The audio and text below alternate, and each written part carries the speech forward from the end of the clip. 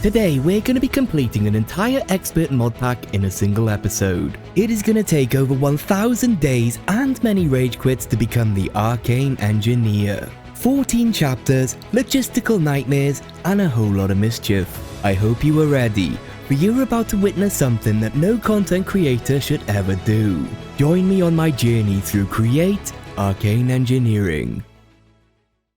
This plan is ridiculous. Let's begin. So as always, if you are new here, then be sure to hit that subscribe button and remember to leave a like. There are 14 chapters that we're going to need to work through in this video, each getting more complex than the last. The first tick box is going to give us a backpack, which is amazing, and all packs should kind of do this, I think. So we're going to be starting with chapter 0. That's a bit of an introduction. Like all good adventures, it's going to start with a crafting table. So let's get some wood and make one. Then back in the quest book, we're going to be starting on this top section here, getting some create resources and some mineral trees. But first, some basic Minecraft needs. A wooden pickaxe, some stone, and some stone tools. And look at that, a mineral tree right at spawn. That is a good omen. We got 3 mineral chunks and 2 saplings. That's important because for chapter 1, they've kind of changed how tree farms work. Mineral trees will normally drop a lifeless shrub in place of a sapling. Thanks to the Arcane, we'll need to reinvent tree farms for our production lines. Though we're not there yet, first we're going to need to hunt down some of these create resources. Enough of them to start making some of these makeshift kinetic mechanisms. Checking the map, there doesn't seem to be a village to plunder at spawn, so we're going to need to find a way to make a bed. Hello there, sheepy friend. 3 wool, the perfect amount. Oh, hello there. This looks promising. Knock knock. Awesome, nobody is home. Maybe this could be our first home. It's even full of create goodies, what more could we want? So let's dump our inventory and set sail on the high seas because I am looking for shipwrecks. Shipwrecks have got mad treasures aboard, and I must have them. That was a successful scavenger mission. We'll head back out a bit later for some more. Now it's time to clean this place up a bit so we can start to set up a starter base. So let me step inside and see what I can do. I think you're going to love what I've come up with. I've decided to go for the apocalypse finish. It really lets the light in on those cold winter days. For real though, it turns out this place is booby-trapped. Like, a lot. I was taken down to half a heart hobble. Just look at this mess. I don't want to live here anymore. Thankfully I did manage to get some of the loot out and we got a ton of create things. A massive head start for us. We also got a bunch of other modded stuff which will probably be useful later on in this pack. However, just over the water is a lovely island that will now become home. It just needs a bit of a tidy up.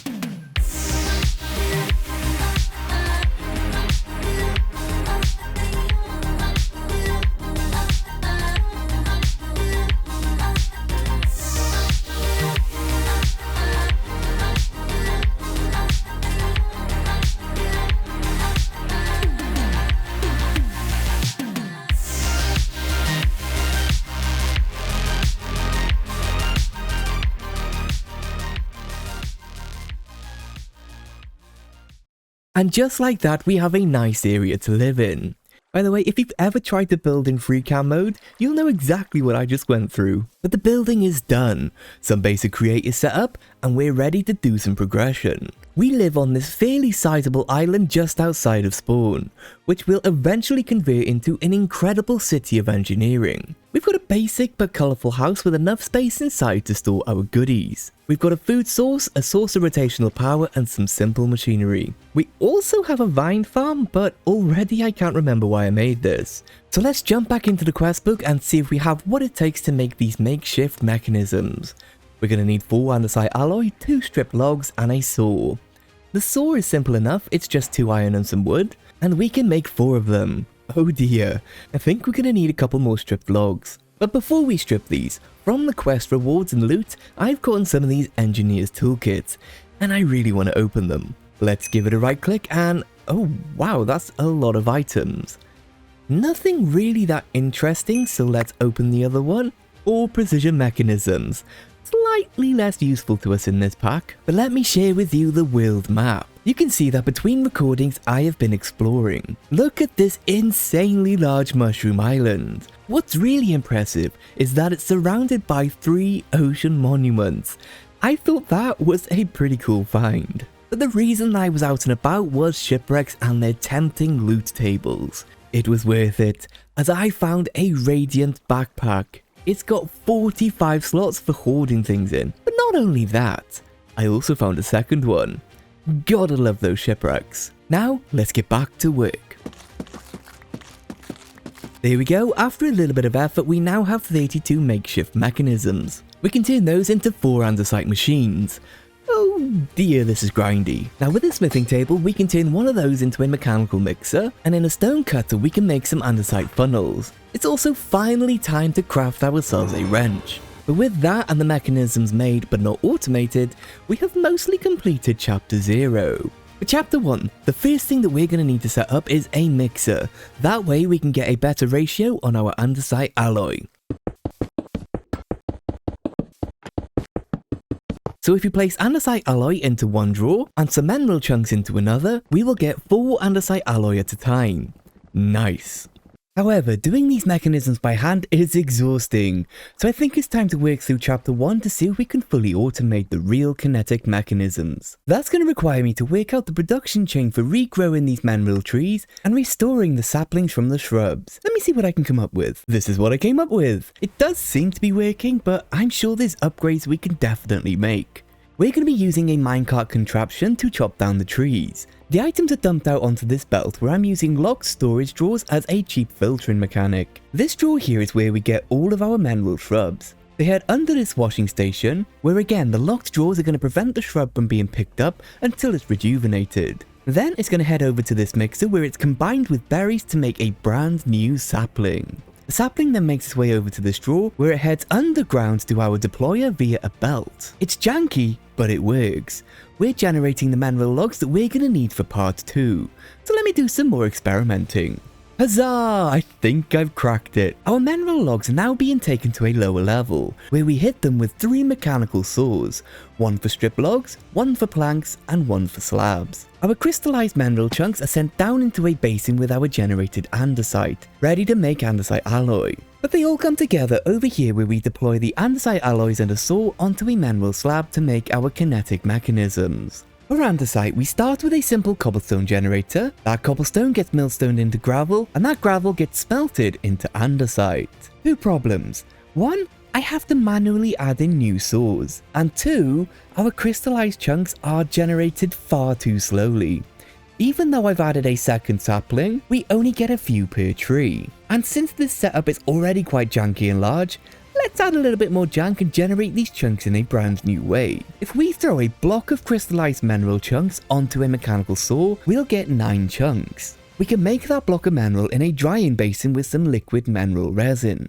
We can get a tiny amount of liquid mineral resin using an arboreal extractor on a mineral tree. Thankfully, the arboreal extractors are reasonably priced, costing just an andesite machine and a bucket.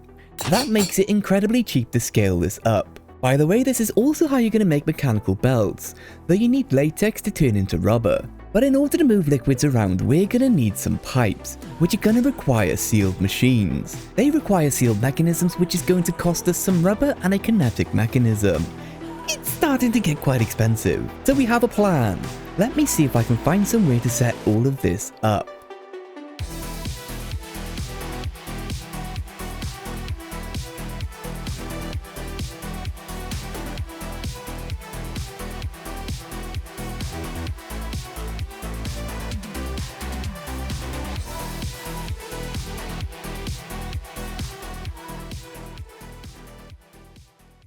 So as an example, and since I always need belts, we've got jungle trees down with an arboreal extractor on each of them. The reason that we've got 1 extractor per tree is that in the past, I've always done 4 per tree, but I always get comments saying that it doesn't make it faster and it reduces the liquid rates produced. So my plan is to have a centralized storage tank for all of our resin to go into. Going into that, we'll have a ton of pipes and pumps connecting into each of our extractors. Just need to keep in mind that the pump can only pull from 16 blocks behind it, so we're likely going to need more pumps further down the line. Ding ding ding diddle ding ding.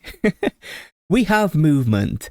Definitely need a little bit more speed, but proof of concept, this is working. We have automated latex. Nice! Except I'm kind of a fool. I didn't read JEI correctly. All this time, we have been using latex buckets to make rubber by hand. We take 1 bucket of latex, we get 3 rubber. However, if we want to automate this using a mechanical press, we need resin, not latex. Why is this like this? It's frustrating, but it's mostly a simple fix as we just need to change what tree we're using. And while I'm at it, I may as well get mineral set up too. Alright, I need to know for certain should we be using 4 extractors or 1. So I've set up a bit of an experiment. Both trees were grown at exactly the same time, about 1 second apart. 1 versus 4. So we'll chop one down, we'll wait a second, and chop down the other. Using 1 extractor, we got 725 millibuckets of resin, and 4 extractors gave us a total of 1,450 millibuckets. So that settles it. We need our design to use 4 of these things, which is great because it's much more space efficient. And my goodness is nighttime dark in this pack. I can barely see my hand in front of my face. Blimey. After a good sleep to scare away the dark, we have now automated resin and crystallized mineral chunks. We have extractors, we have pipes, and we have tanks. From that tank we have 2 options. We can either send the mineral to this spout to turn our rubber into mineral enriched rubber, or if we flip this pump around, we start filling the drying basin. We then cut those blocks on a sawmill to get our chunks. Then if we chuck a funnel on here, it'll get sent around to our Chapter 1 factory to make andesite for our kinetic mechanisms. Now that I've spent ages setting this up, moving forward, I'm gonna make these mineral trees kind of obsolete, since if we put the mineral logs into a squeezer, we get the resin. We could manually jump on the squeezer, but recently I seen Chosen Architect do something janky with the squeezer to automate it. He used some slime and an armor stand, which is gonna let us cheese it ever so slightly. But that is everything important in Chapter 1 fully complete. Let's move on from alluring illusions and into some extraterrestrial expeditions. So now's the time to speed up a little bit, since this pack is extremely grindy, and I would really like to include a lot of the later game content without worrying about the video length. So, speeding up, let's get back to it. We get an engineer's brass toolkit to start. That's awesome. Looks like it's mostly the same things. I should have probably saved them until we have Fortune 3. Quick side tangent before we jump into Chapter 2, vanilla storage is driving me insane. So I've added a vanilla style mod to help ease my suffering, at least until we get into some applied energistics much later in the pack. We'll need a comparator so we can make ourselves an inventory connector. We'll also need a storage terminal so we can spend more than half of our diamonds to upgrade it into a crafting terminal. Oh my goodness, that is so much better. There's no importing, no exporting, so the game balance does not change at all. Just my quality of life. So I spent some time setting some bits up. So if you'd like to follow me this way, I'll show you what I've been up to. Well, are you coming then? Let's go! So the first thing you'll notice is that I've added a wall around some parts of the island, which one may say looks mighty fancy, albeit a little bit basic. We also have a new machine. It's a cobblestone processor. So up top, we have our generator. That feeds into a massive item vault at the back, which in turn feeds into these millstones. They spit out gravel, which then gets washed into flint and iron nuggets. And to make it easier to withdraw them, we're just using a compacting drawer. We're going to need lots of iron for Chapter 2, which is going to require us to make a massive train line to a skystone catalyst. I'm actually kind of hyped to have an automated train line, and so far we've automated 25,000 tracks. That's because we make 16 of them at a time. This had better be enough. Oh, and I also made my lava duplicator, ready for when we need lava. But enough of that, let's hop on a boat and let me show you why we need so many train tracks. This is our skystone catalyst. Welcome to Chapter 2. Now, originally, this is buried underground, but you can right-click it with an axe to make it go upwards 10 blocks. Ocean Train was not on my to-do list today, but the idea is that we're going to need a system that's going to deploy a piece of redstone onto the catalyst. Let's take a step back, and it'll generate some skystone. We'll need to make a drilling system to break all possible 340 skystone blocks that can generate, and throw them into a millstone to make some skystone dust. That dust will go into a mixer with some water to make some volatile sky solution. That then goes into a spout and we deploy it and some sand onto a redstone seed to get a redstone cluster. But it's only a 30% chance of success. That's a 70% fail rate. We'll fail 7 out of 10 conversions. Thankfully, failed results turn back into seeds, but this is still gonna hurt. But the redstone cluster finally turns into 1 redstone dust. The worst part is we need a ton of redstone to even make that 1 redstone dust. To make the rose quartz, we need 1 redstone dust and 33 millibuckets of destabilized redstone, which you guessed it, is liquid redstone. So our island is all the way down here. And our catalyst is way up here in the ocean. To keep things simple, I think our train line is going to go all the way to the west and then finally down south to home. So let me see what kind of a disaster I can come up with to solve this very unusual problem. Alright, I kinda got sick of sailing, so I've set up a schematic template back at home. It's not fully complete yet, but it's a start. I've stopped because I've hit a little bit of a snag. You see, to set up a train station, we needed sturdy machines.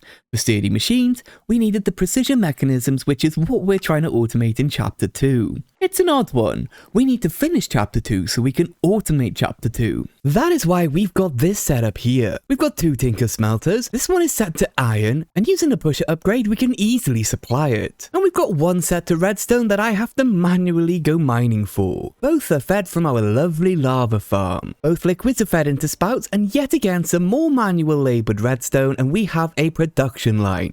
Kind of. All of this for electron tubes. Then finally we've got some more sequenced assembly using variable cards which are reasonably cheap to make, and you get 24 per craft.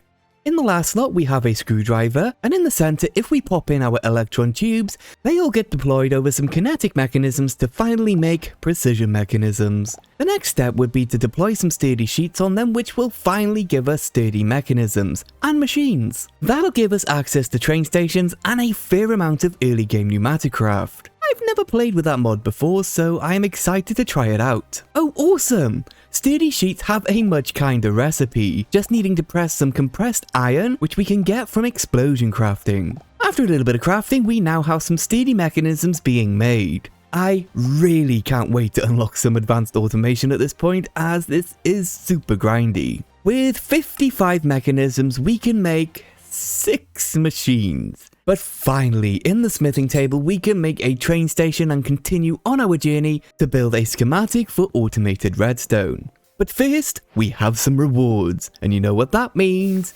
It's looting time. 3 empty blaze burners, that's nice I guess. And a whole lot of things, most of which I have no idea if we're ever going to use.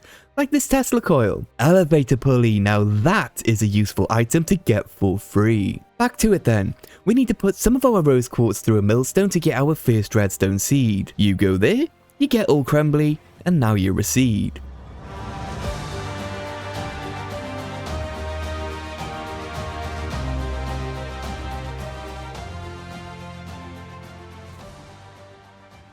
Well, I may or may not have just completely lost the clip, but what I can say is what I spent 2 real-life days designing at home for redstone did not work at all. It just didn't. So I was forced to just rip it all down and start from scratch. I'm happy to report though that version 2.0 does indeed work. Around 70 to 100 redstone per minute, and I have no idea why it can't decide on an actual amount. I'm just bad at this. But let me catch you up. My previous design used only create, and that was a bad idea. Now, we're using functional storage to wirelessly move items a short distance. Sadly, create was just slowing things down. You see, we can now pump into a storage controller, and we can link that to a drawer up to around 14 blocks away. As you can see, our sand goes all the way downstairs. Our rose quartz goes over to a millstone, and all of this is possible thanks to utility upgrades. This pusher upgrade will push items to whatever direction we decide. So to the east, it's our millstone. We can then use a puller upgrade to extract the redstone seeds. It's kind of overpowered. Ooh, our train is here. It's collecting 6 stacks of redstone. Very nice. I kind of run out of energy, so I never bother to decorate this train. Not yet anyway. Pro tip here, to save the need for a pump, you can just use a seared faucet straight onto the spout. So all of our brand new redstone seeds end up in this drawer right here. and it's extracted on a very slow belt. To the left of that, we have our failed redstone cluster seed, which ideally we want to recycle first, so it's going to be on a fast belt. The reason for that is our tunnel filter is set to prefer nearest, which when set up like this, it means that the main belt line is preferable. And all of this carnage is how we are processing all of those seeds. I love it. These brass tunnels are set to round robin, so almost every belt remains full at all times, all ready to receive volatile sky solution and sand. And using utility cards, we're making a ton of sky solution from our skystone dust. Then for breaking the skystone, we've just got this kind of tunnel bore running back and forth. Pro tip time: make sure your deployer is not running constantly, as even if you cannot generate any more skystone, it's still going to consume the redstone constantly. Hundreds of it per minute if you let it. Instead, use a redstone link and a simple redstone timer set to around 5 minutes. We can always increase this later if we run out of skystone. Now that I've learned how to use utility cards, it kinda makes me want to redesign chapter 1 completely. Right then, where's this train as I finally get to go home? Home is a little bit tired yet, as I may have rage quit chapter 2 after my first attempt didn't work. I'm not quite happy with the road layout or the block choice, so that's definitely going to change later. It's still very early stages after all. So I've made a room down here for processing things with a crushing wheel. That's because I made a massive tunnel bore and went mining. Then using the redstone train, I believe we now have full automation of precision mechanisms. It all gets unloaded into a buffer drawer. Then we're using a mechanical arm to split it between destabilized redstone and making rose quartz. The only reason it's not running now is because these dang screwdrivers keep breaking. More on that in just a moment. We've also had to automate variable cards, which need mineral chunks and paper. For the mineral chunks, we're just siphoning off a bit from chapter 1, which I've now swapped over to the armor stand and slime cheese for the squeezer. Again, thanks to Chosen Architect for sharing that design. It's very cheesy and I love it. And of course, the paper comes from a small sugarcane farm and a mechanical press. It all then feeds into 9 mechanical crafters. Nice and easy. Speaking of cheese though, I have discovered the best cheese ever. Lack of iron has been a long-standing problem, so I have fixed that forever. This system here is making iron at an alarming rate.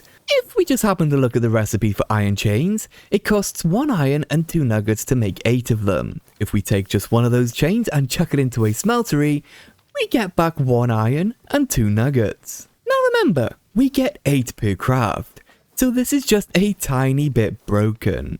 We're essentially turning 1 iron ingot into 8. I love it. So that's what we've got here.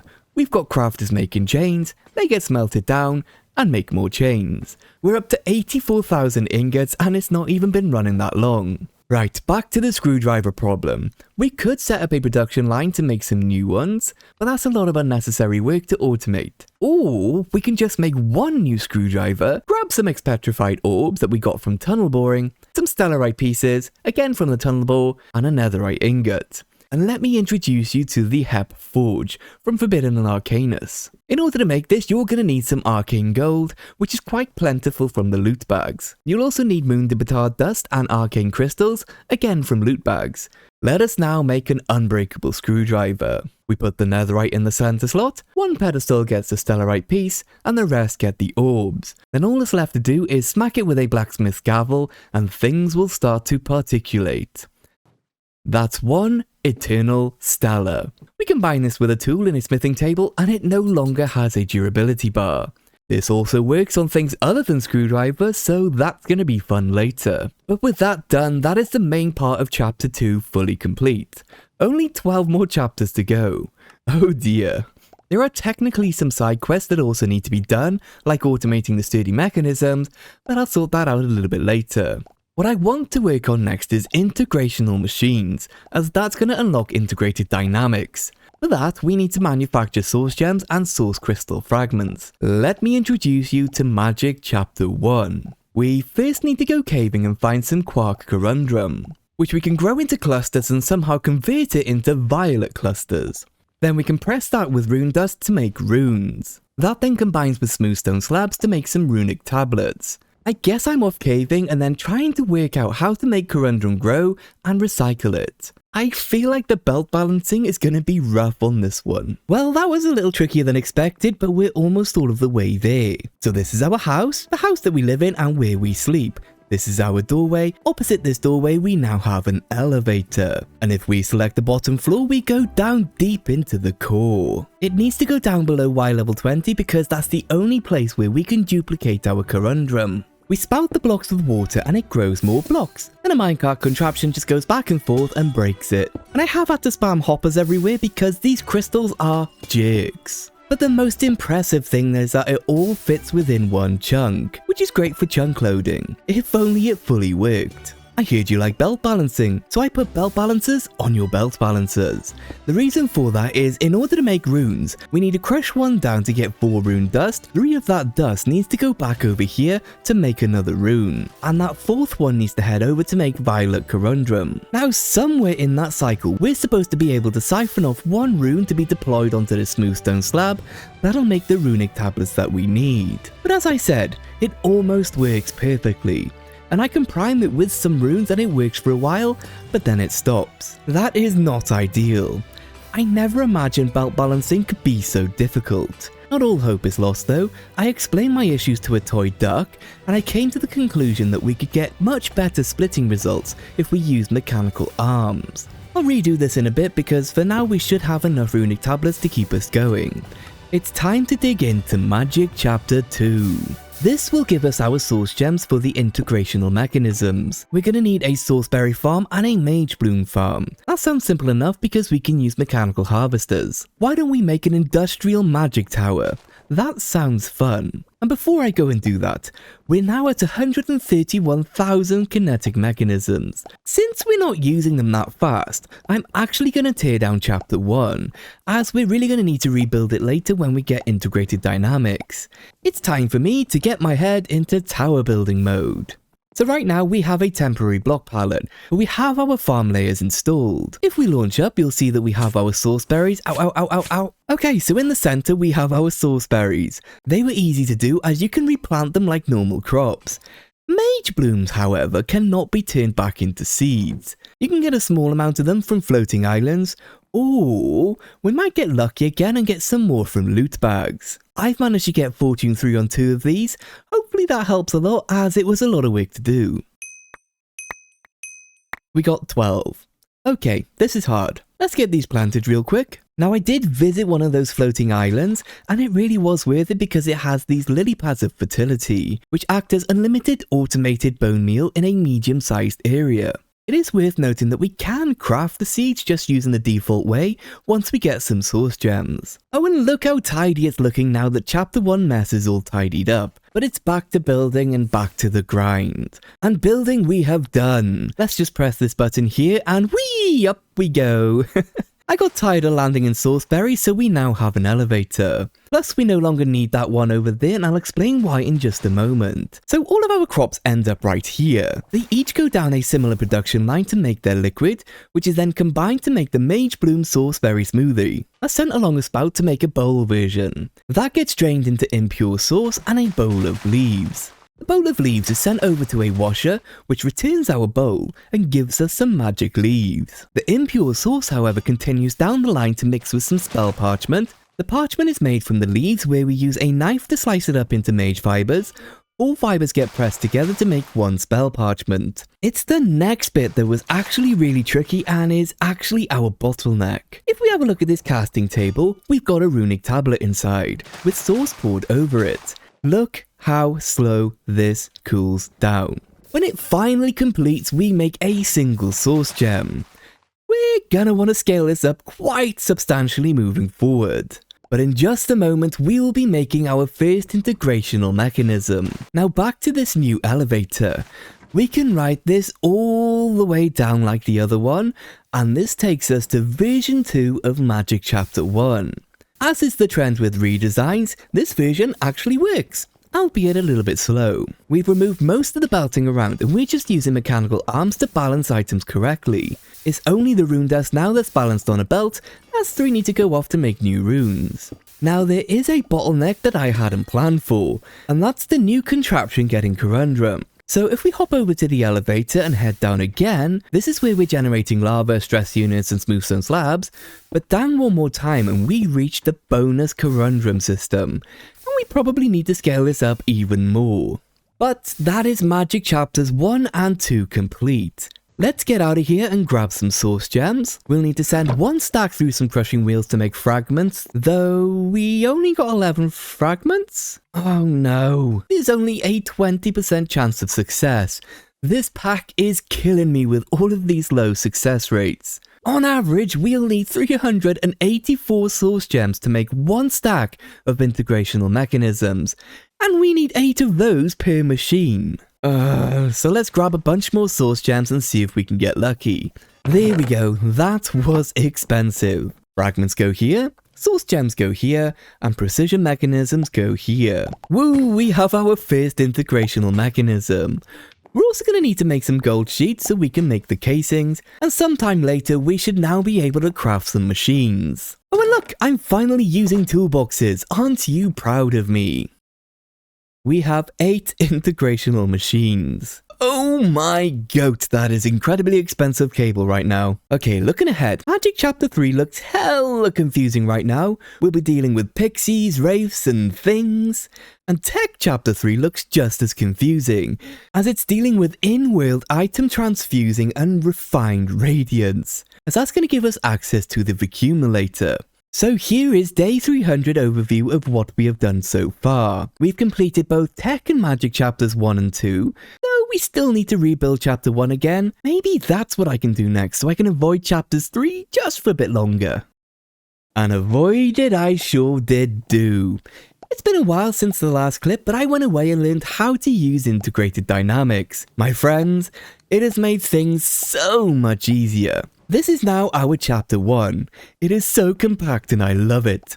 Though we do have a little downstairs, as we still need to generate andesite with Create, at least for now. We are now using 3 lily pads of fertility to boost our mineral tree growth, but then using integrated dynamics, we're moving all of the items around to wherever they need to be. Currently I'm not competent enough to explain how ID works, but maybe later on I'll give it a go. I've also now put this world on a single player server. The reason for that is I really want to not have to worry about performance when we need to scale things up massively. So this part of Chapter 1 is now nice and fast. Over here we have more train stations, each with a dedicated chunk. The plan is to have each chapter within one chunk where possible, as moving forward multiple chapters are going to require a new train line of sorts. This train here is the newest addition to our rail, and we'll be setting this up soon. But first, a quick side tangent over to redstone to show you that I've now converted it over to ID, and I've scaled it up a lot. The one thing I didn't plan for was this right here. You see, every single world I play with fire tick turned off. However, the server keeps turning it back on. So I may have had a little bit of a large fire and burn down whilst I was away. Whoopsies. But I think redstone is finally complete. So let's get back home as we have got a ton of work to do. One problem with running on a server is that dripstone does not generate lava while you're not online. It doesn't seem to be included in FTB chunks. To combat this, we now have an infinite lava source in the overworld in the tank behind me. We've also got a spare tank for what is coming next. But infinite lava means in the future we have got infinite power from Stirling dynamos. Very nice. I've also scaled up magic using ID as the fail rates on the fragments was kind of killing me. Okay, finally back to our new train. This train is going a very long distance. It goes a few hundred blocks to the west from base and it heads all the way up north to this sandy spot right here. So let's set up a new train schedule and we'll say travel to station Oilfield.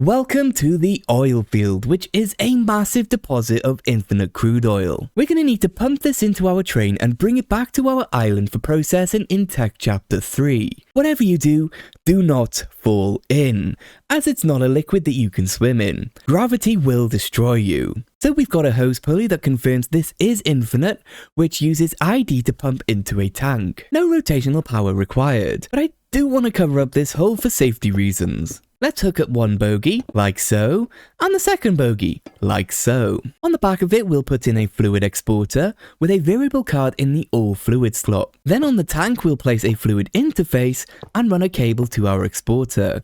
Yay, our train is now filling up with crude oil.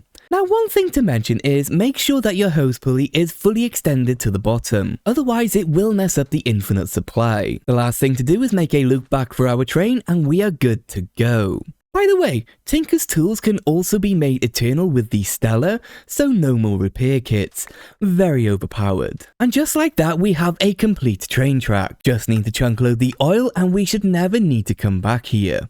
Okay, so it turns out the trains will 100% crash. So I now need to work out how these train signals even work. I think we split parts of the tracks into different colours, and an automated train won't enter a new colour if a train is already on it. If it's anything like Factorio, I think I've got it. But now I think I need to make a small start on Chapter 3, so we can use some of this crude oil. Wish me luck. Yep, Chapter 3 is indeed removing my will to continue. I'm finding it incredibly difficult to scale the production up, but we must. This is the way. So we've got our refinery. It processes our crude oil into heavy and light oil, and refined oil. Don't get me started on refined oil.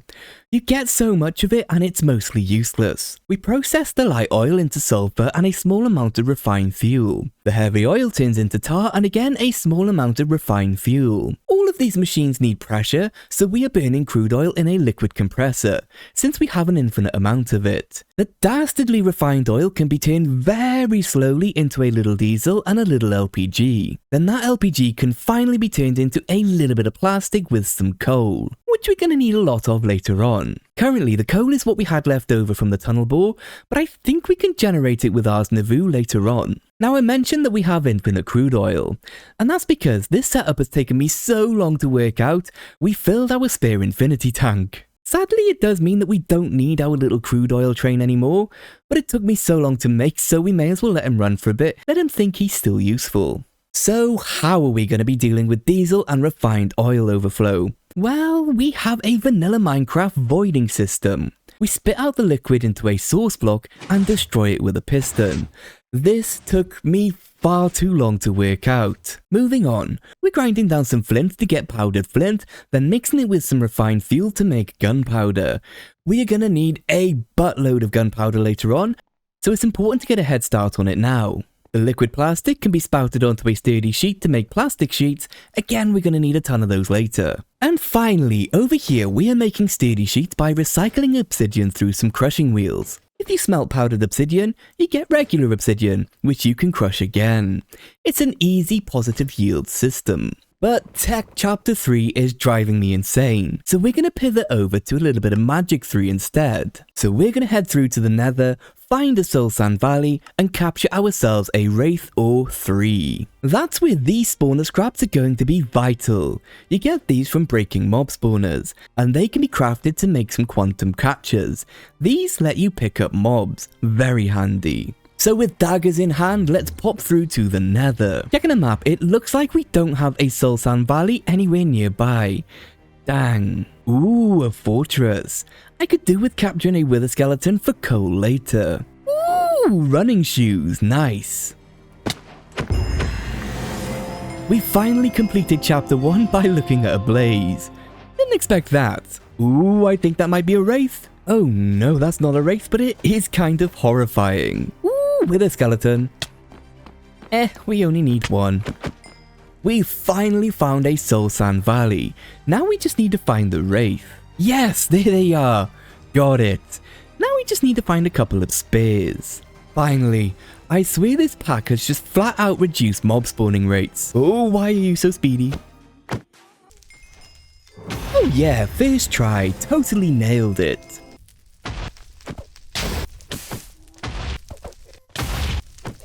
Okay, maybe not the first time. We're gonna need to get a wraith to stand on top of this soulless sand, which we get from haunting regular old soul sand. That'll make soul sand, which we can use for normal soul sand uses, like quartz and gold. We'll also need to get souls out of this soul sand, which will leave us with soulless soul sand, which can be recycled back into the soul sand cycle. We can do that with a soul extractor.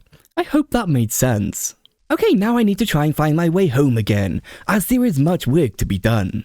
Okay, so if you thought belt balancing was hard before, this is a whole new level of pain. Let's start simple. If you put a named wraith into a smeltery, it'll continually produce liquid resent. That's one wraith sorted. Now we need the soul sand cycles. So in here, we've got one of them producing souls and then making more soul sand. It's as simple as a deployer holding a soul extractor and a hopper underneath the soul sand. Then we need a way to generate and harvest the actual soul sand. So what I came up with is so simple it's genius. A piston feed tape. The soulless sand is placed in front of this piston and in a line they are pushed underneath a wraith. And we've got it hooked up to a simple redstone timer. There's our ghosty, and next to them we have a drill breaking the soul sand. That can then be sent through the washer to get quartz and gold. Now, the souls have got two jobs. One is haunted to make dark souls, and one takes some liquid resent to make soul beads. Soul beads are needed to make the moon de Batard dust, which is what I'm working on next. We need arcane polished darkstone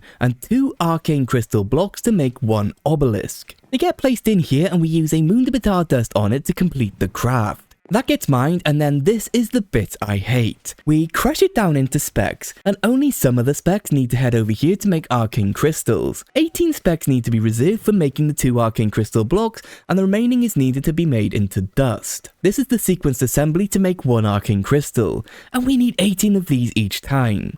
This requires 4 lots of 16 millibuckets of Aureal Essence. To make that Aureal Essence, we first need to get a Corrupted Pixie using more Arcane Dust on some Dark Souls. We've got to somehow get the Corrupted Pixie into a jar so we can wash it away of its sins and into a regular Pixie. Then finally, they might give us some Aureal Essence. And I've only shown you half of the balancing needed to conserve the video length. Holy moly, am I in trouble. I'm kind of overwhelmed at this point. I just need to throw some mud at the wall and see what sticks.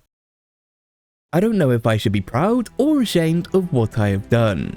This has taken me to places so dark I can't even talk about it. Let's talk about it anyway. Underground we have a sinful amount of pipes and jankiness. And for the life of me, I couldn't work out balancing with ID, so here's the create solution. Digging deeper, we have our cobble gens that are making all of the polished darkstone that we needed. And for some reason, there just seems to be an infinite layer of balancing and tweaking that needs to be done. I can't share everything in a timely manner, so here's the one thing that tripped me up with ID. With ID, it's quite difficult to say send one item to a belt, but only when it needs it. This belt here has our specs on being turned into arcane dust, but each spec needs to go through twice. We don't want this belt to just fill up with a single stamped version and waste our essence. That's where we can use this inventory reader on each belt segment. If we make a variable from the inventory empty, and we do it the same for all of them, then we can program some logic. So in the programmer, we can select the AND function, then if we pop in the first 2 variables made from the readers, we'll get a third variable that's either true or false, depending on what the 2 variables were. We can repeat that for the other segment cards, and also combining the new cards we made, and we end up with a single variable that'll include all of the belts and if they are empty. That is the card that we put on our spec importer. Just make sure all of those cards you made go into a variable store somewhere on the network. I need a break from all of this, so now that we have soul beads, we can start to tackle some more of Tech Chapter 3. We needed those to make the vials, which we're going to get from Ghostly Glass. I don't know how important Invar is going to be right now, so I'm going to skip that for a little bit. And what I want to work out is automating glowstone. We've got the gunpowder, and we need to throw that in world over a glow fire. We then need to drain that glowstone to get chrome. Then chrome goes into water to make dichromic acid. I think I'll also try and melt down some tar to get some superheated anthracene. Oh, and parallel to that, we also got to throw our sulfur into water to get sulfuric acid. But then we can throw the anthracene into said sulfuric acid to get incomplete anthraquinone. This is all building towards chromatic compound. I need a break, oh my goodness.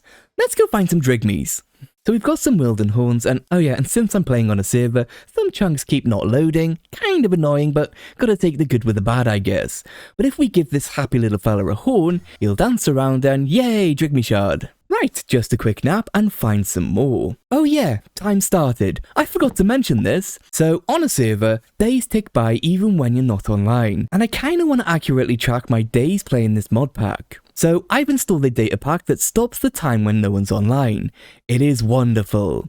That's how I know for sure that I am actually on day 553 right now. Oh, that's depressing. We've still got so much to do. We've done 4 out of what, 14, 15 chapters?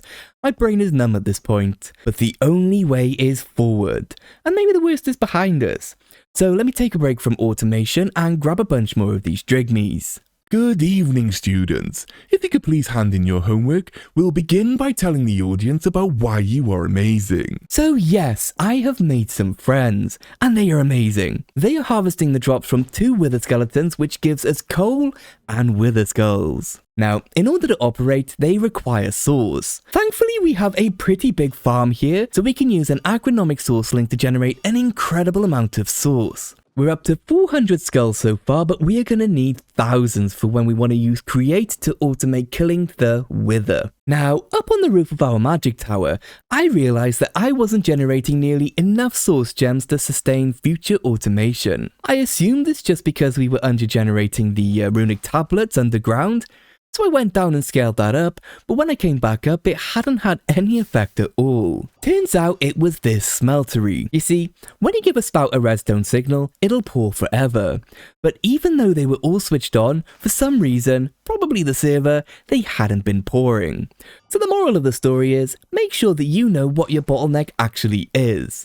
Over here, we now have integrational mechanisms automated, which is one of the most important things to do if you're building with ID. I've also finally done the sturdy mechanisms too. Okay, enough messing around. It's time to get this Tech Chapter 3 finally underway. In order to make the refined radiance, we are going to need a beacon. So Wither, here we come. So we've got a tunnel underground. Pop this on, wait for it to boom, and I want to try out these shuriken, see how good they do. Where did it go?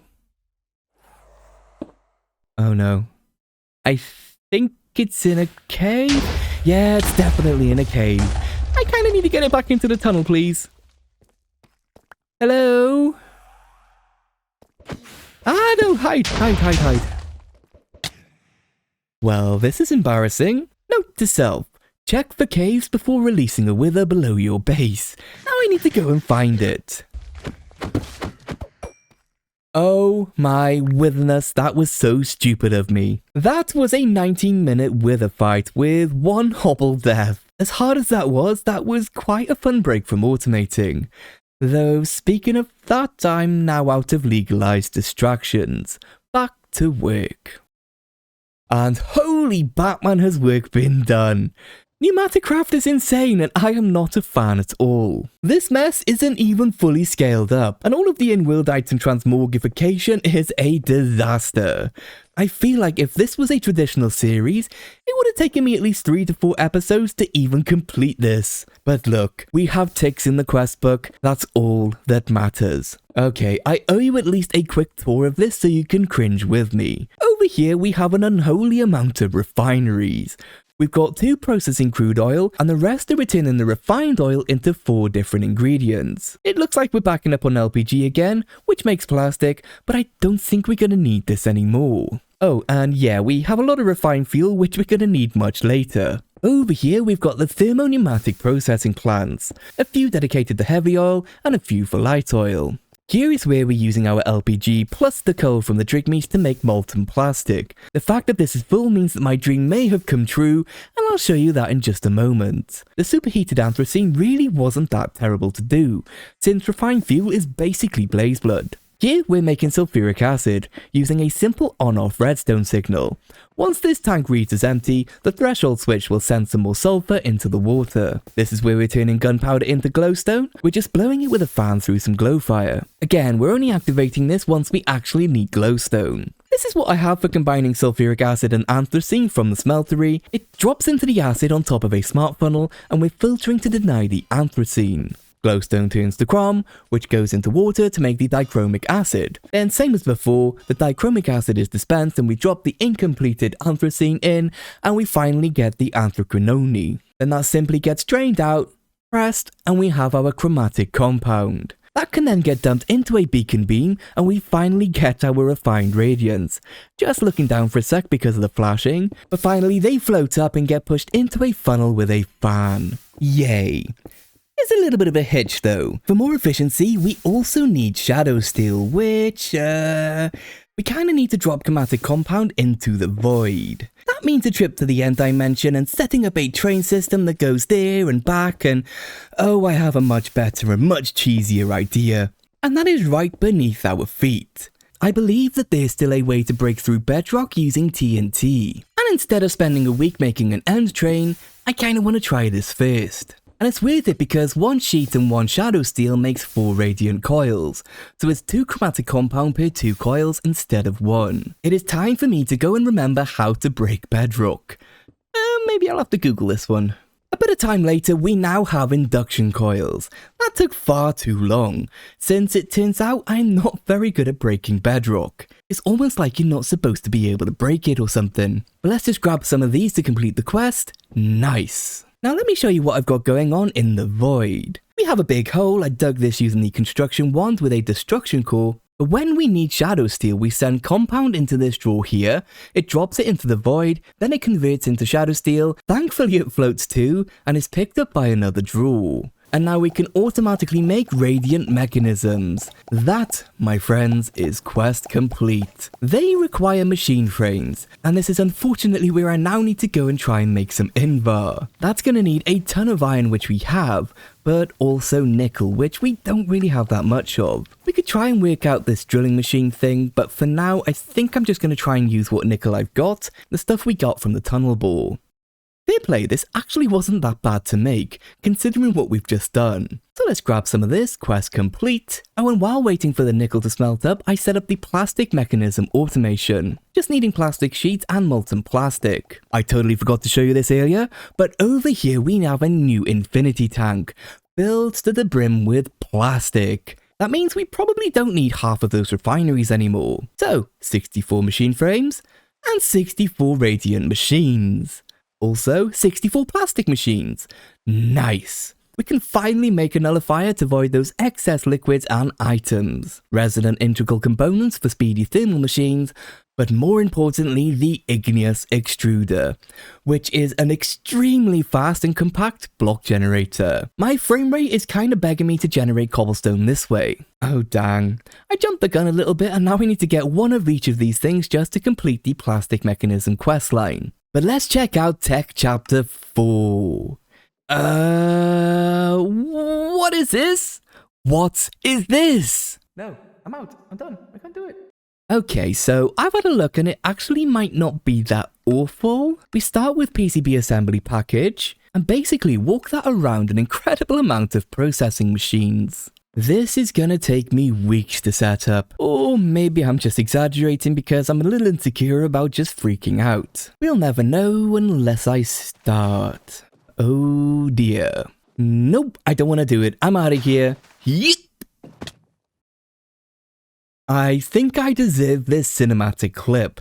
So, as the factory grows, I've started to decorate the island while taking breaks from Chapter 4. I'm trying my best to make this place look industrial, using lots of dull grey colours. This here is all of the pneumatic craft bits for Chapter 4, the rest of it lives downstairs. We've got our industrial magic tower looming over our island. Through these doors we've got everything else needed for Chapter 4. Plus, this is kind of where I live now. To be fair, I'm at the point in the video where I need to start thinking about the thumbnail, and a pretty island always helps. I'll take you down to see Chapter 4 in just a moment, but already I don't like the look of Chapter 5.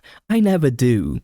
But real quick, this wall right here is the favourite part of my island. That's because, hey, there it is. It blocks the vision of a train coming. It's stupid, but dangerous fun, I guess. This is Chapter 2. It's such a small footprint now. We've got sugarcane being made down in a phytogenic insulator, and just some create stuff is here waiting for redstone delivery. The biggest change is we're no longer using refineries.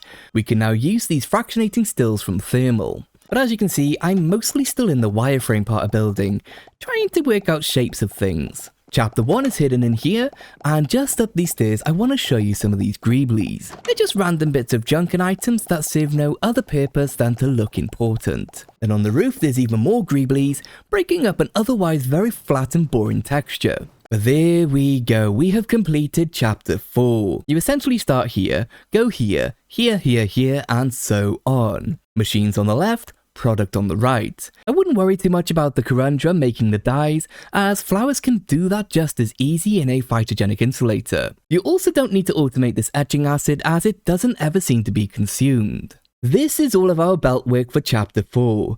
It looks really cool when it's all working at once.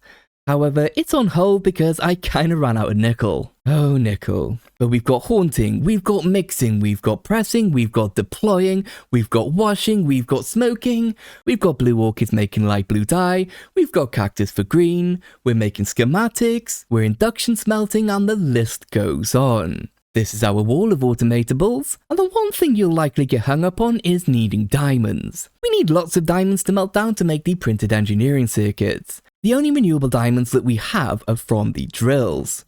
Let me rant about the drill for just a moment. So, it turns out there's a biome whitelist, and in one of these biomes you can get up to 6,000 diamonds, one every real life minute. Oh, and it's only a 20% chance of diamonds on top of that.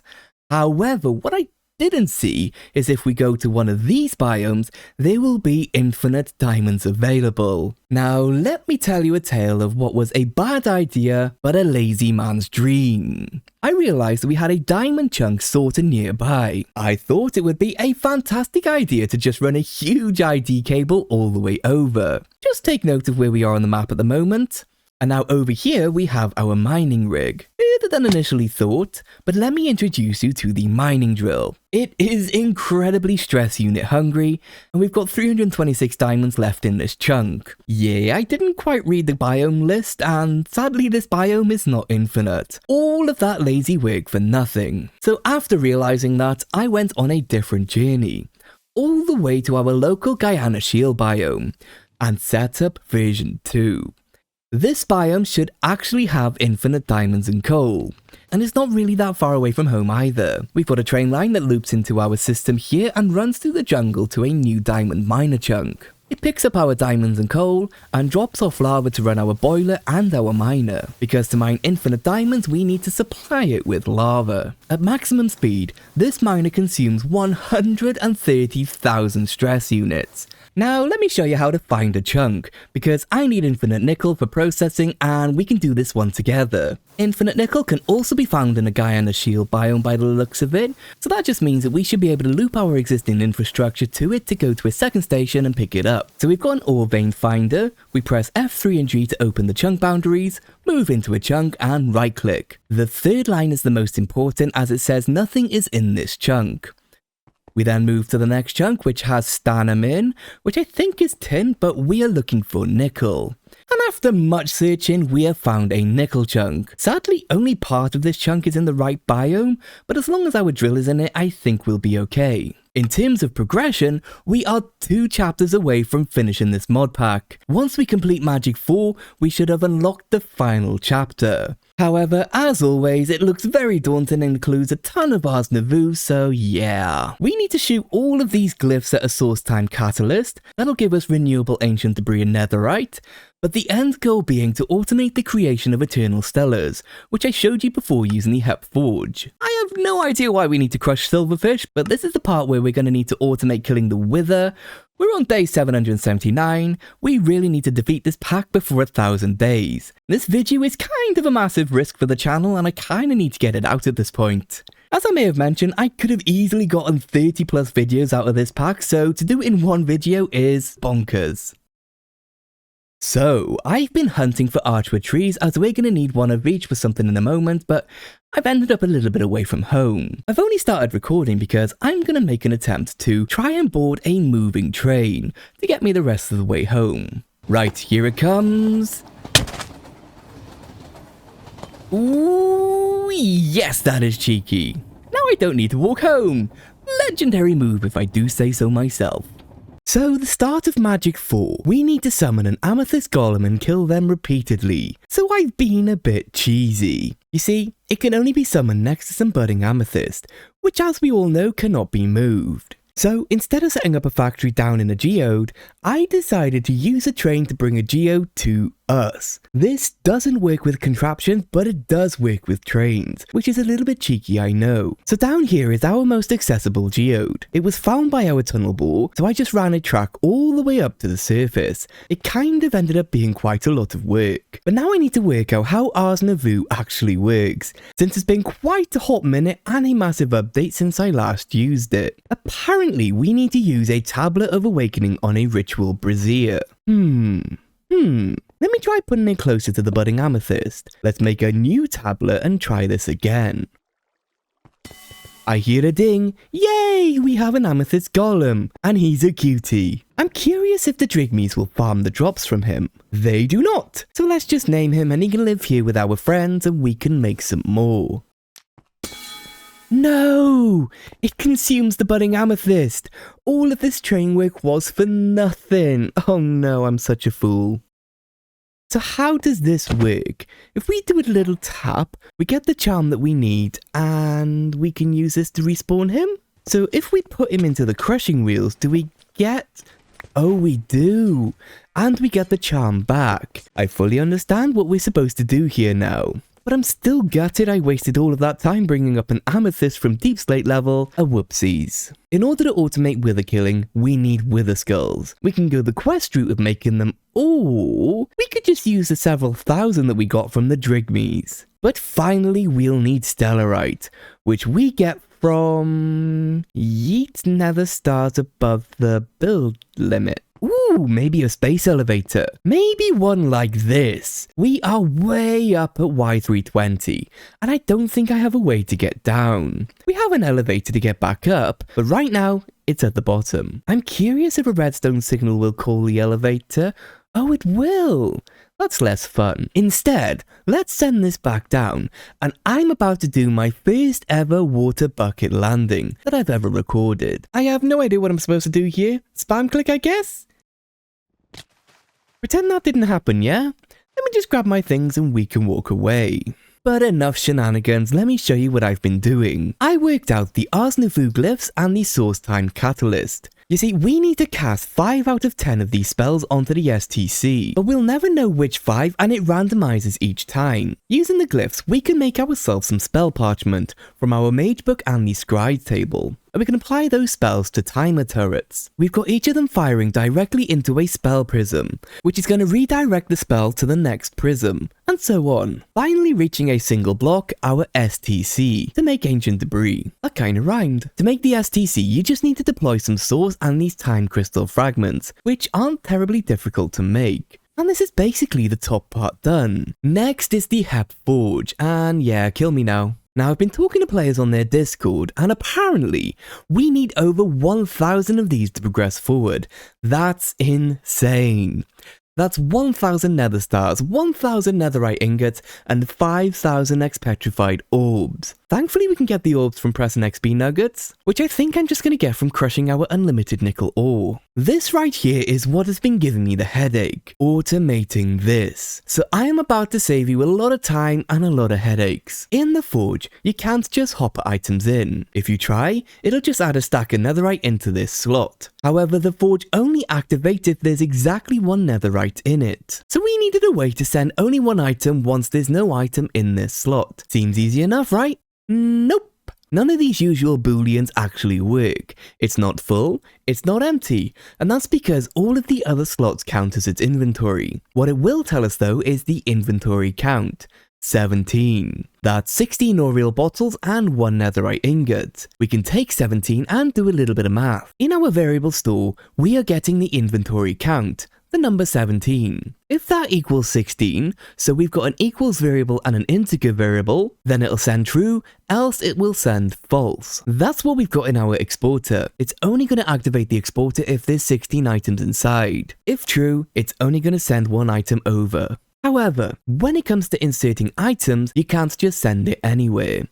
For the netherite ingot, we need to send it to slot 4, and slot 5 is the Oriel bottles. Next, we need the items in the pedestals, and hoppers do not work, of course.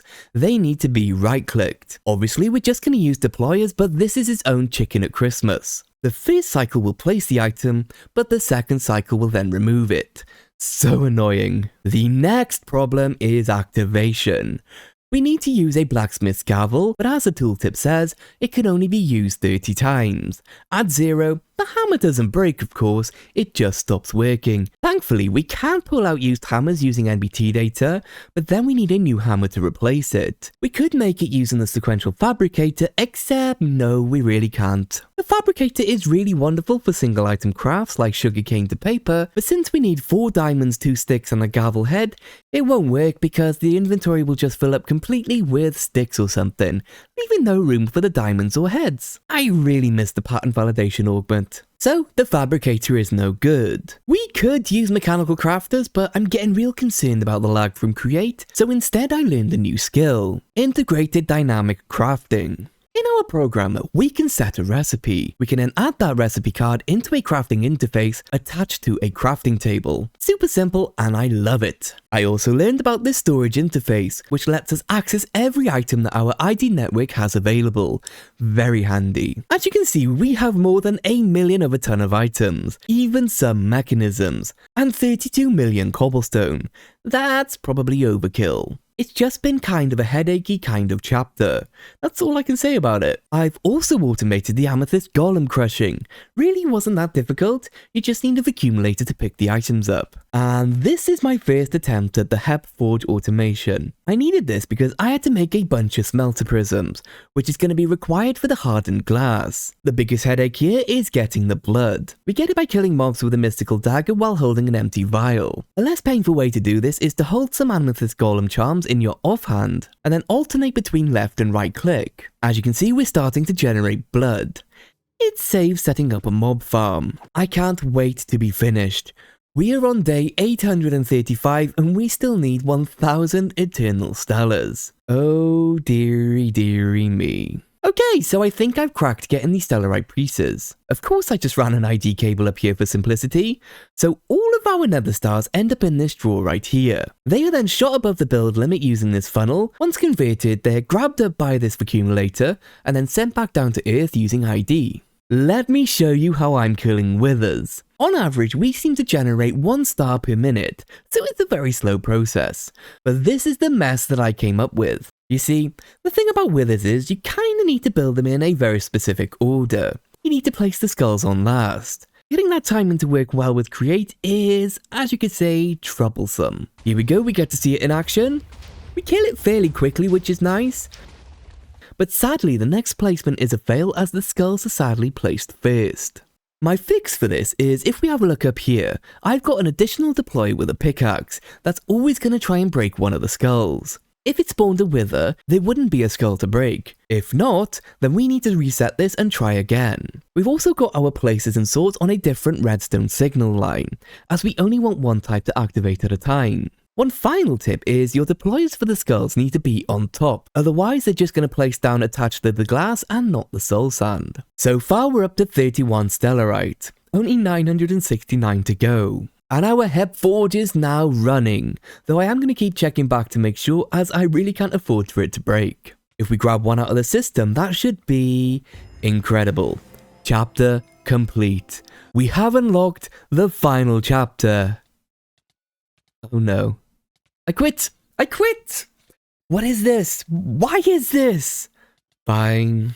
We need to take our Eternal Stellar, time in a bottle and source gems and pump them into this arcane reactor core. To make that we need, oh no, what is this? No! We need 49 mechanical crafters and a ton of different broken PCB parts, parts A through to G. We can get a G part from using a damaged G part and deploying a damaged F part and a damaged A part. That F part comes from deploying a damaged E part and a damaged G part.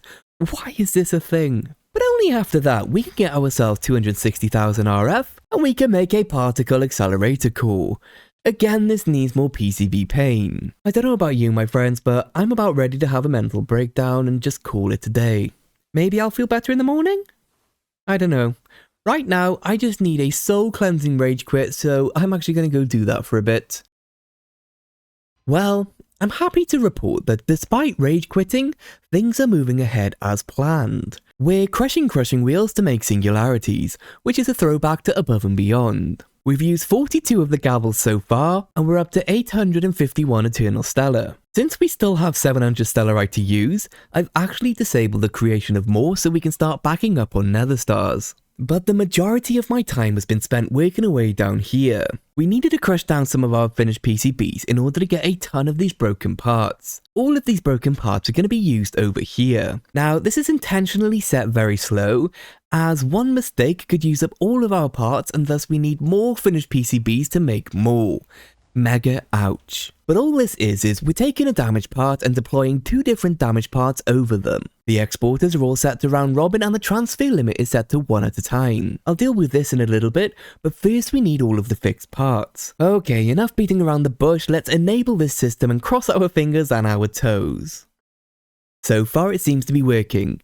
Yes, we have fixed parts A, B, C, D, E, F and G. It worked, thank goodness. Now, what we want to do is import all of these into their own drawer, and then export them into the crafters. Like so! Now let's set up the crafter. Let's pop down a bunch of exporters, duplicate some variable cards, and repeat the process. And when we reach the bottom, we remember the fact that we can join crafter inventories together. Yeah, whoopsies. I think I'm going to have to redo this later to reduce lag. But if we hook that up, we should see all of the parts fill in. They do. And then adding some rotational power, advancement, they should all start to craft together, and my goodness, the effort required to get here is unreal. But we have one ZPM Greg PCB. Now what's going to happen is all of our other parts will get turned into these ZPMs until we have 12. That was around 1,000 finished PCBs in order to make 12. Okay, we can put 5 of them into this 3x3 crafter along with 4 Eternal Stellar and we'll get our Arcane Reactor core. With this, we're going to need to build a massive multi-block structure, which is a tad expensive, needing 16 Stellarite blocks and 4 Netherite blocks among other things. So, I will see you in a couple of weeks when I finally work out how this thing is actually built. I had to come over to the end as it required end rods. However, those of you familiar to the channel will know that I never include the dragonfly or end related content in any of my videos, as we've all seen it a million times by now. I'm only recording now as I have a warning for you. This fella hiding behind here is a pain in the bottom. He's aggressive and will annoy the heck out of you while you're fighting the dragon. It makes things much more difficult. But I now need to try and find my way back to the factory as we've kind of got a lot of work to do. Hi there, hello. Look at my pretty machines. Aren't they delightful?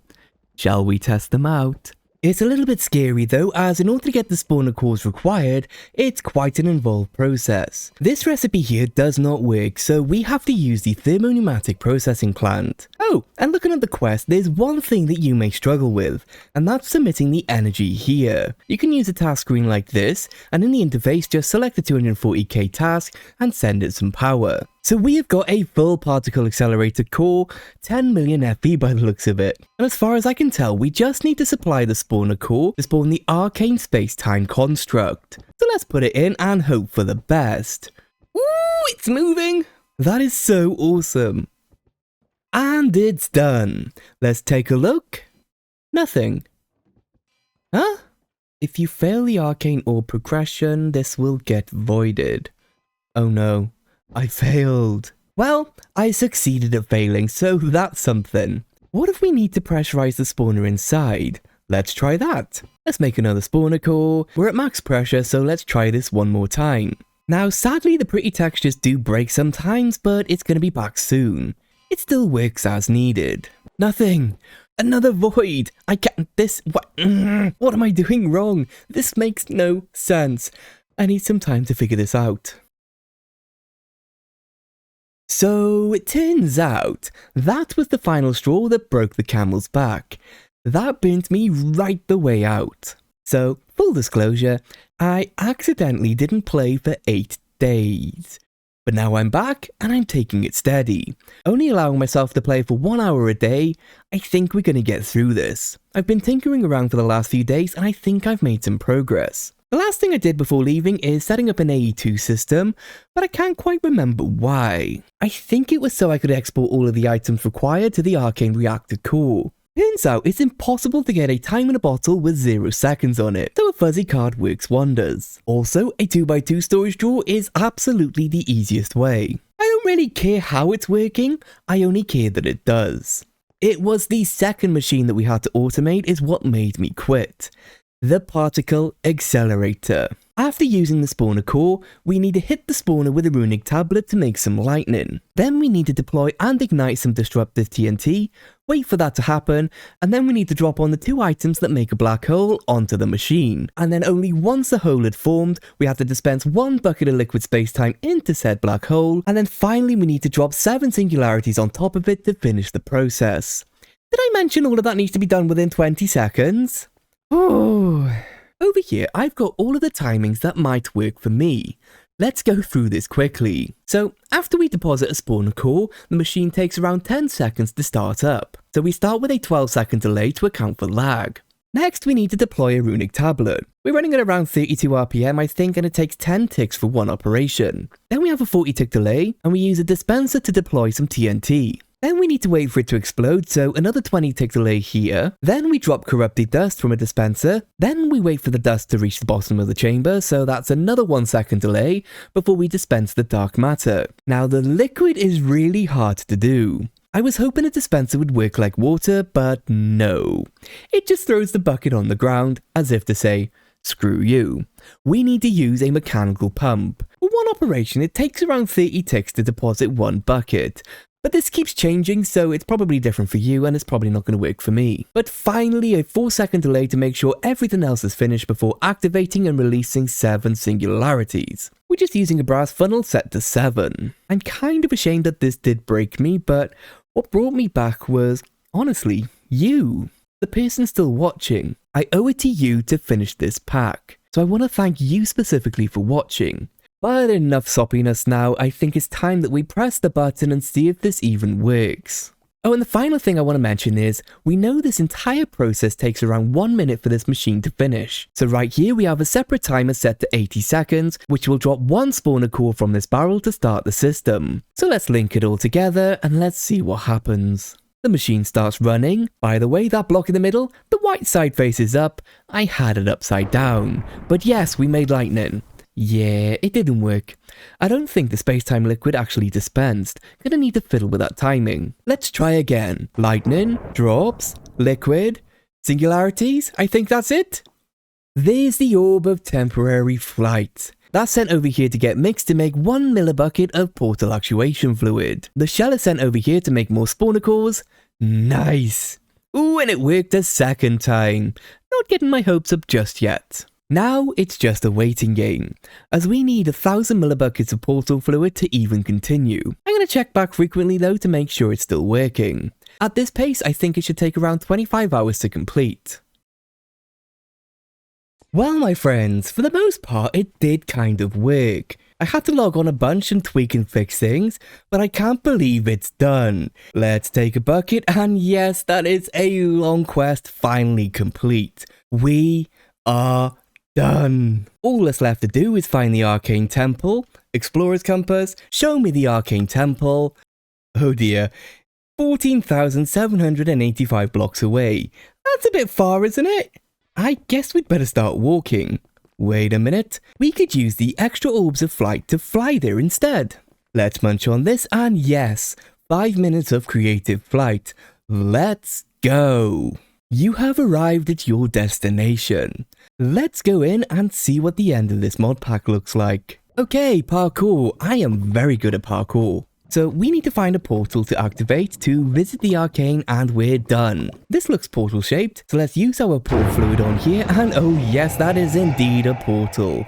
Let's go.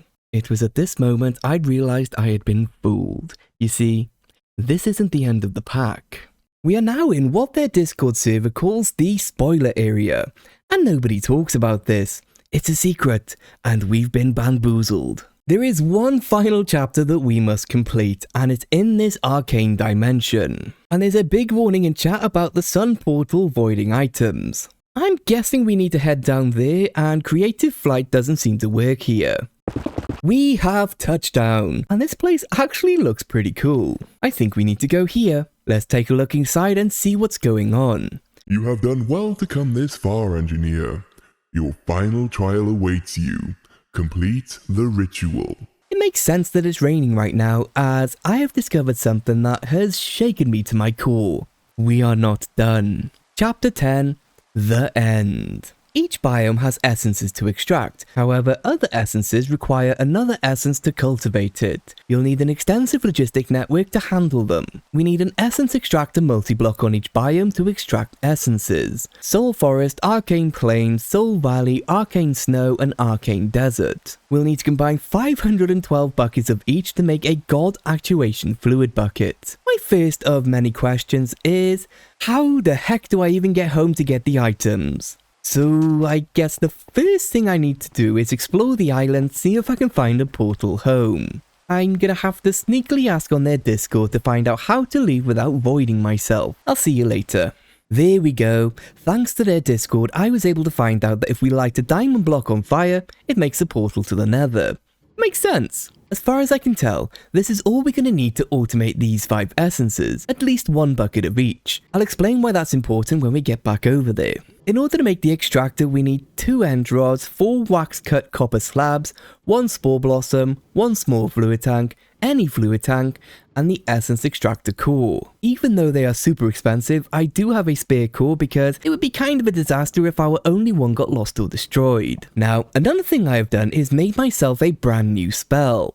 It's got Self, Glide, Launch, and Firework. This is a magical Elytra flight, without needing Elytra or Fireworks.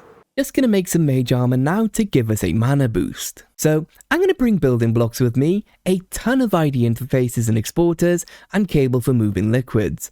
Also a ton of buckets. So for what I hope is the final time in this video, let's travel 14,000 blocks to reach the Arcane Temple so we can get back into the Arcane. We have arrived. Yeah, ignore this terrible portal placement. I didn't realize that the diamond block thing was going to be so large. Now then, while I was looking around for a way home, I found a few hidden secrets in this dimension. Right here, hidden in a tree, there's a creative fluid tank. It feels like cheating, but if they didn't want us to use them, why would they put it there? Not only that though, if we head over this way, there's another one hiding in the ice. Then carefully at the bottom of this well, there's even more of them. That brings us up to 11. Plenty for the 5 essences we need, plus any other liquids that we might need moving forward. So the first essence we need is the Source Essence. We get that from a Source Valley. Success! We have a working essence extractor, and we're starting to generate essence in that top tank. Amazing! Now we just need to wait for it to fill up to 1 bucket's worth. Now, as I'm recording this, the pack actually got a new update to 1.9. However, since we are so close to finishing, I don't think I'm going to actually update.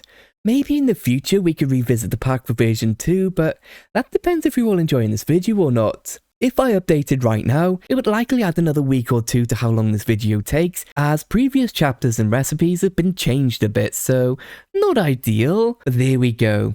After a decent chunk of time has passed, we now have a bucket of Source Essence. Let's see if this works. Oh, you do, you glorious game. Ice Essence is next, in an Arcane Snow biome. Now this one needs Source Essence to work, so let's set up a creative tank, hook it up together with some ID cables, and yet another waiting game. Let me go and grab the rest of those essences, and I'll meet you at the portal fluid generator. So I'm about to plug the last tank into our God Essence generator. So this weird machine on the center island has 5 tanks that we need to fill. Let's just throw in the last variable card and hope for the best as it fills up the last tank. Just need to reconnect this last fluid pipe to re-enable the multi-block. And if we check the STCs, it says it's working. Nice. Albeit a little bit slow, but I don't really care at this point. But once this is done, I believe we have finally completed this pack 100%. This should be the final task we need to do. It's finally over. We have got the God Actuation Bucket. So after storing all of our items in the system, we can dump the crafting grid into this barrel for safekeeping, and it is time to light the portal. Let us finish this pack once and for all.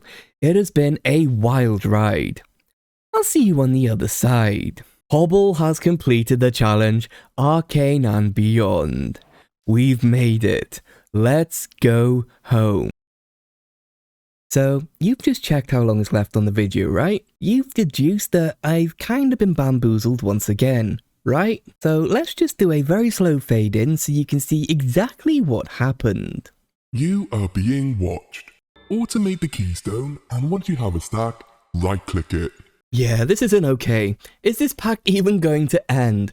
Or is it just an infinite amount of fakeouts? But by the looks of it, we've got a set amount of items and we need to prove our automation prowess. Actually sounds kind of fun. We need to make 64 of each keystone, and my goodness, that looks like a lot. So we start with an egg, make a liquid egg bucket to get unscrambled egg and liquid omelette. That makes an omelette block, which we turn into an arcane omelette sheet, and we jam it all together to get the soul keystone. Then there's something with explosive to make the ice keystone, some tactical fishing with sponges to get the source time crystal with sapling junk, then finally something to do with whirly sprigs and crushing wheels. This is overwhelming, but at the same time, I've got a kind of new excitement for the challenges set out. Let me see if I can put something together.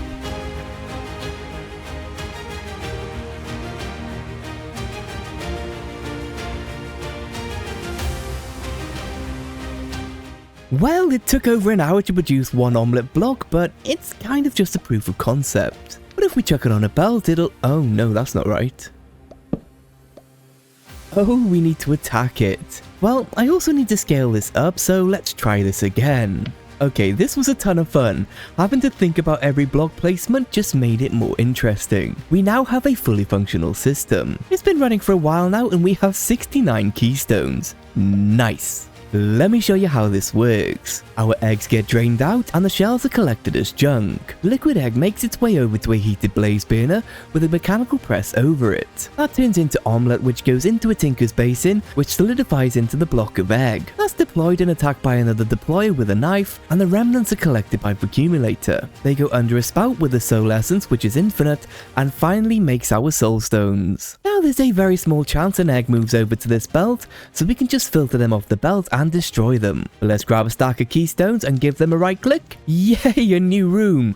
And this one looks pretty cool. Well, I better get my act together and figure out what needs to be done. Okay, so we have lava, rotational power, glacial explosives, and infernal explosives. Ice essence, water, aha! Igneous extruders and chests. Loads of pickaxes for some reason, and a decent amount of create goodies. We'll need a stone generator, then we'll blow up the stone with an infernal TNT to get magma blocks, then the glacial TNT on the magma block to make blue ice. Then we need to put the blue ice through some crushing wheels to get our magical ice. 2% chance, what the heck are those odds? Then finally we spout ice essence over the magical ice to make the ice keystone. Okay, same as last time. Let's see if I can hobble something together that resembles what the devs had in mind.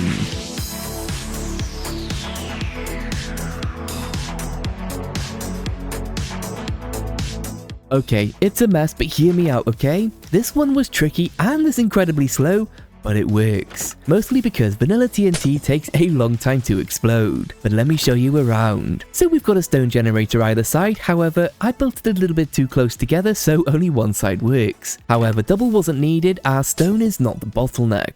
Since there were no drills in the chest, I worked out that that's what the pickaxes were for.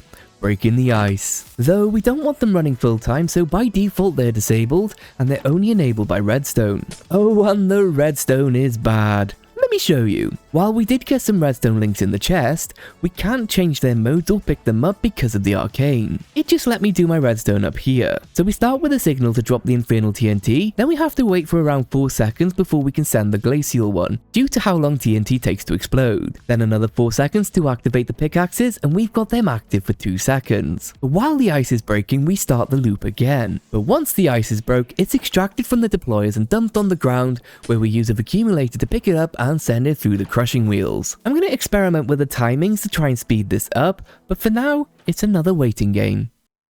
It turns out we can get away with 1 second between TNT drops, and that made it substantially faster. This task is now complete. Now I forgot to mention this before, but make sure you hold on to a bucket of essence, because for some insane reason that's part of the quest, and you can't go back to get it. But we can grab our magical ice, we can pop it under the spout and wait for it all to convert, and there we go, another 64 keystones complete. I wonder where we're going next.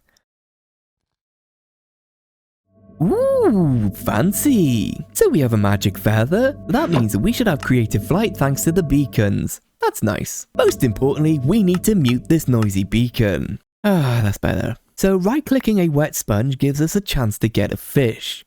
So we'll need a system that'll deploy a dry sponge into some water to make a wet sponge, then a deployer clicks it to get the fish. The end goal being to make sushi. So we're going to need dried kelp, assorted raw fish, and rice. Well, I have no idea how to do this one, so I'm just going to go away, throw some mud at the wall, and see what sticks. That was incredibly easy if we didn't bother to automate it, which I didn't. You see, a simple deployer on a sponge will click indefinitely, and we can keep it wet with a simple pump, and pick up all the fish with a vacuumulator. Then we can just manually move them over to the depots in a very specific order. That's because behind here we have a very fast mechanical arm depositing into mechanical crafters. And very quickly we have our 64 sushi. The kelp was quite annoying, so I've had to add a third tower of it. You may want to consider doing it for rice too, as that was also quite annoying to get. Just make sure to use the lily pads of fertility to speed things up. But there we go, 64 dry keystones.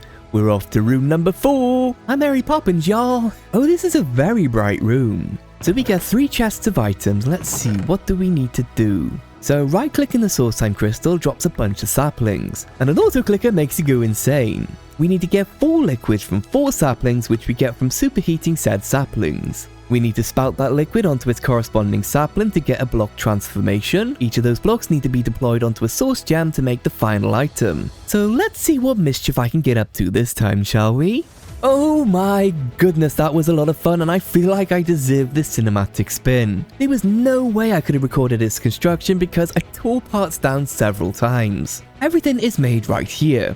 The STC, 2 deployers, and the occasional auto-clicking session. It all shoots down this belt, and filters load up the correct deployers with saplings. It is incredibly important to filter these because we need to match the right fluid to the right sapling. But once they're deployed onto some moss, they're ready to receive their liquids. But following the belt around the corner, we have some more filters picking up the extra saplings to be superheated into their liquid.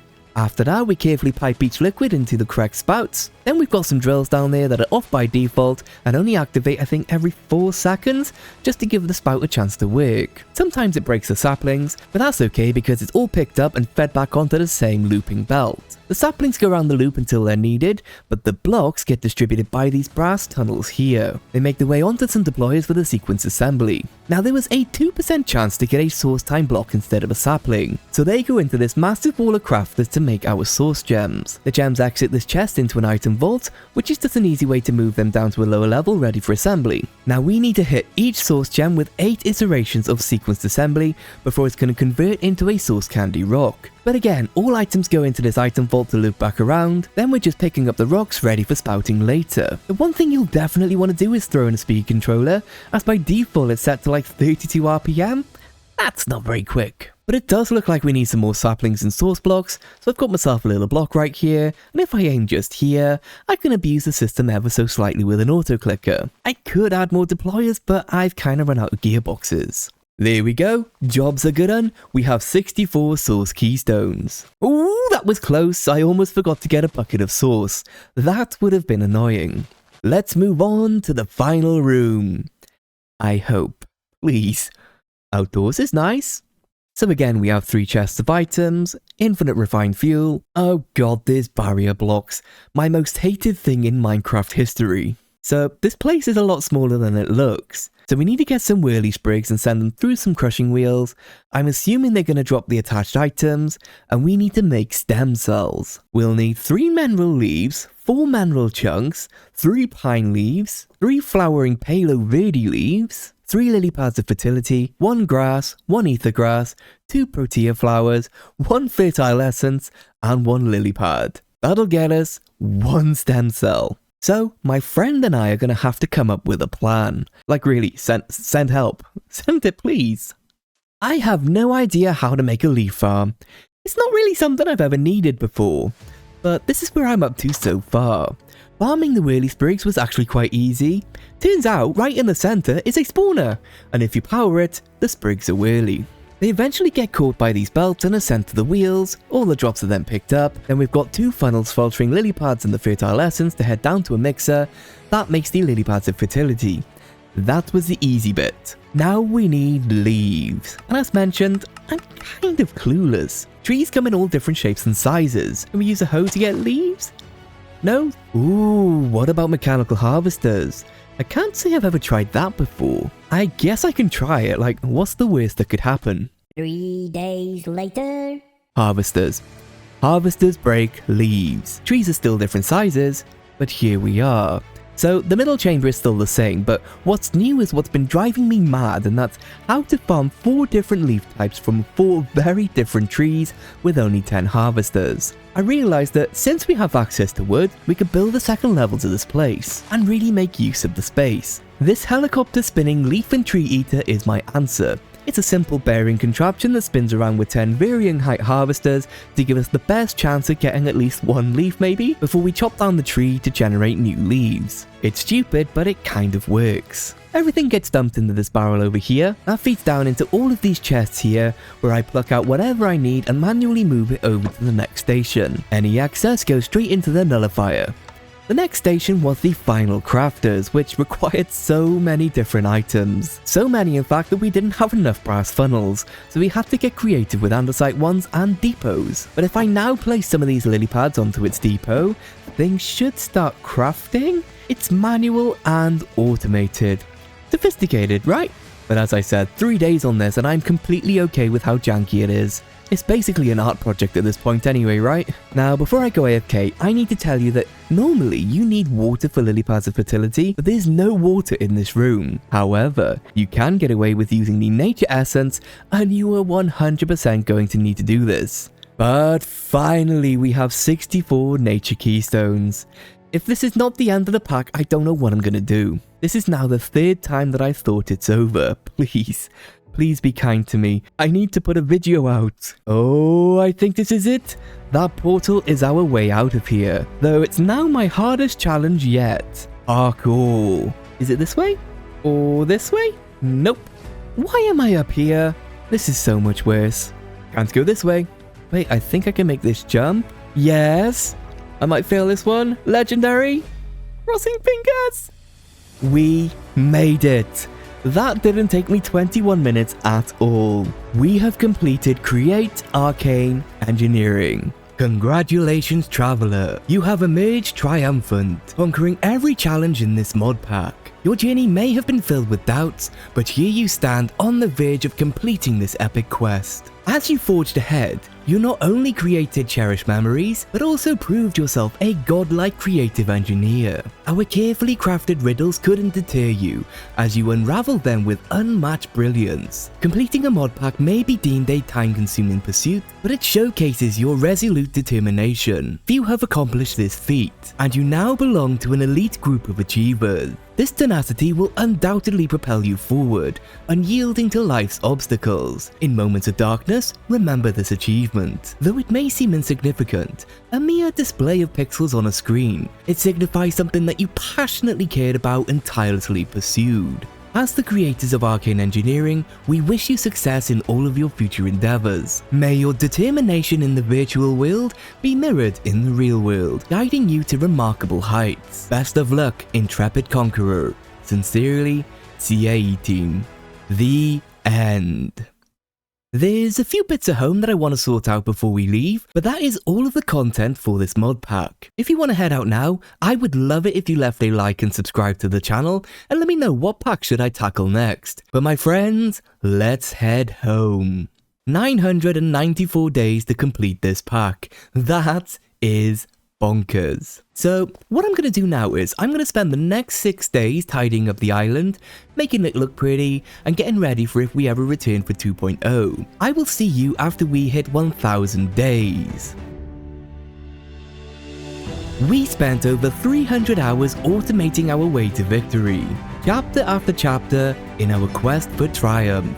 Through moments of frustration and a few rage quits, we've forged ahead. We've set up intricate train lines, mastering contraptions, and delving into the depths of brand new mods. But now we stand as masters of the arcane.